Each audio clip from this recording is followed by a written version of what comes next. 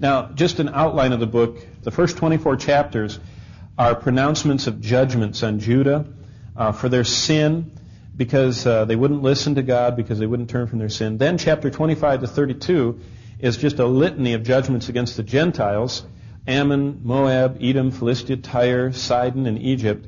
And then, from chapter 33 to the end, God promises new life for Israel. In fact, starting in chapter 40, he promises there's going to be a gigantic temple in Jerusalem that the whole world's going to come through. And that's called the millennial temple. It's yet future. And it's not going to be the temple that Solomon built that was destroyed. It's not the one that Zerubbabel built that was destroyed. It's not the one that Herod built that's destroyed. It's not the one that's going to be built during the tribulation time that's going to be destroyed. It's going to be built by God, and it's going to be during the millennium. And it's huge, and we'll get to it at the end of our lesson. There are many ways that God speaks to him, and over 120 times he says, "Thus saith the Lord." And he communicated the truth of God revealed by God's Spirit in 7 different ways. And these are the 7 styles he uses. Number 1, he has visions. And that's in chapter 1 and 8 and 9. And that's like all these wheels within the wheels and all that. Then there are symbols. And that's, he had him get a tile. And he had him take this tile. He said, that's Jerusalem, a little ceramic tile. And he put mounds of dirt around it. And imagine Ezekiel the prophet in his long robes, getting down on the ground, and he did all the stuff in view of everyone, and some of it like he did in the temple courtyard, and he gets down on the ground, and he brings dirt in, and he puts the tile down, and he pushes the dirt up, and it's like children playing with their soldiers. He's bringing soldiers up and everything. What are you doing? And he says, Israel is going to be besieged and then conquered. And then God had him take some old moldy food and defiled food, and he had him lay there and on the ground. He laid on one side, and he couldn't move. And then he laid on the other side, and he couldn't move. He did all these strange things as symbols to show God's judgment. Then there are parables. Chapter 16 is about the vine. Chapter 17 is about the eagle. There are poems. He writes a poem in chapter 19. He talks in Proverbs in 12 and 18. He speaks allegorically, where an allegory is where everything in the story has a different meaning, and it's like they used to like to allegorize the Old Testament. And they said that Abraham, when he took Isaac up, Abraham was like God the Father, Isaac was like God the Son. That's pretty good so far. And then they said the donkey is like the evil people, and the wood is like the church. And, they kind of they allegorize, and that's not good. But God does give allegories, and he does that in chapter 16 and 23. And then there are prophecies, which are telling about future events in 6, 20, and 40 through 48, not 49. There are only 48 chapters. The opening vision of Ezekiel's ministry reveals the divine attributes of God. And this is going to be really kind of fun, so you might want to jot some notes down here. Ezekiel sees the omnipotence, the omnipresence, and the omniscience of God portrayed. Now look in chapter 1, starting in verse 16. Because it says this in verse 16, the appearance of the wheels and their workmanship was like sparkling beryl. And all 4 of them had the same form, and their appearance and workmanship being as if one wheel were within another. Wherever they moved in any of the 4 directions without turning as they moved. What is that? Well, it's his way of saying that these wheels he saw kind of were everywhere. And they didn't even move. They just went, kind of like I was studying about fish. And there are a lot of fish that, I don't know if you ever looked at them in the aquarium, but those little things that are going like this are part of their stabilizers. But fish have a unique ability. Have you ever watched them? They go whoop, whoop, and they don't even move a muscle. They just rise and fall. It would be equivalent to a human being being able to go up to a 5th floor window and go in it and then just come back down. That's what they can do. They have this buoyancy factor that they can just go, fish can. Well, these cherubim have even better. They can go in every direction without moving. They're just going everywhere. And what he's saying there is, it's a lesson on the omnipresence of God. The wheels went in every direction. We are never away from the presence of our God.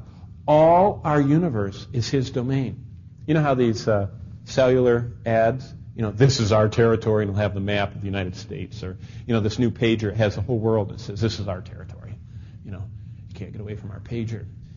God says, the universe is my domain. You can't get away from me. Height nor depth. He said, you can sleep in hell tonight. And he says, you won't be out of my presence. That's something we have to be careful about, saying that God banishes them from His presence forever. If God is omnipresent, hell is in His presence too. They're banished from His favor, they're banished from His mercy, they're banished from seeing Him, but God is everywhere present. And so there's something, we have to be real careful about that, because I think part of the horrors of hell is going to be the holiness of God, unsheltered by the blood of Christ, that the damned are going to have to endure forever. The utter holiness of God, the consuming fire of God. But that's not in Ezekiel. Number 2, look at verse 18. Here's a lesson on omnipotence, and this is what it says. As for their rims, they were lofty and awesome, and the rims of all 4 of them were full of eyes round about. And verse 18 says that the wheels of this chariot of God were into the heavens. See, what he's seeing is wheels, and the only wheels that were present were on carts and chariots.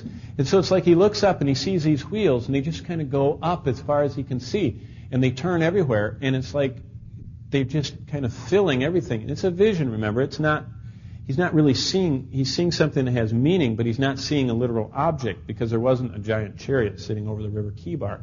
But what he's seeing is something that's portraying to him God's omnipotence. Now listen to this. The wheels of this chariot were into the heavens. It is so immense and powerful that nothing can stop it.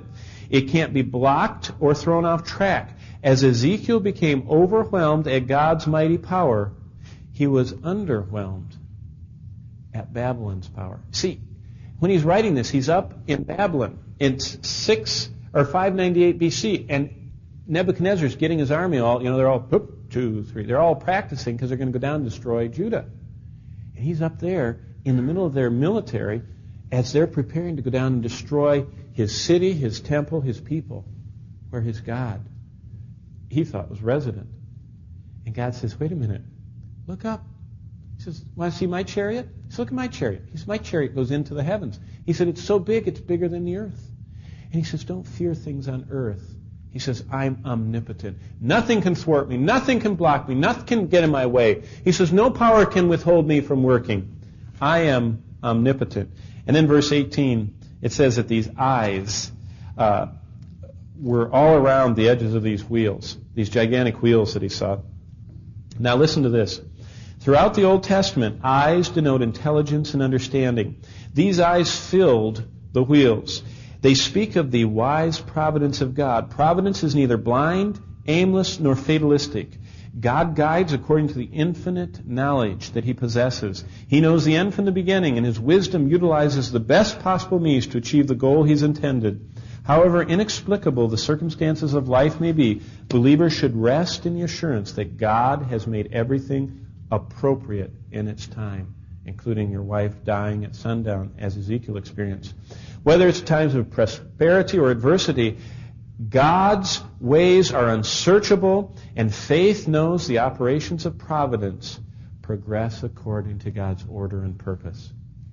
Those eyes spoke of the omniscient God who works all things together. And we know that God, Romans 8:28, works all things together. It doesn't say we know all things work together for good. It's not like all the collected circumstances of life, the little mishaps we have, and the little faux pas and mistakes and sins and misunderstandings and all the tragedies that happen to us. It's not like somehow they're going to work out.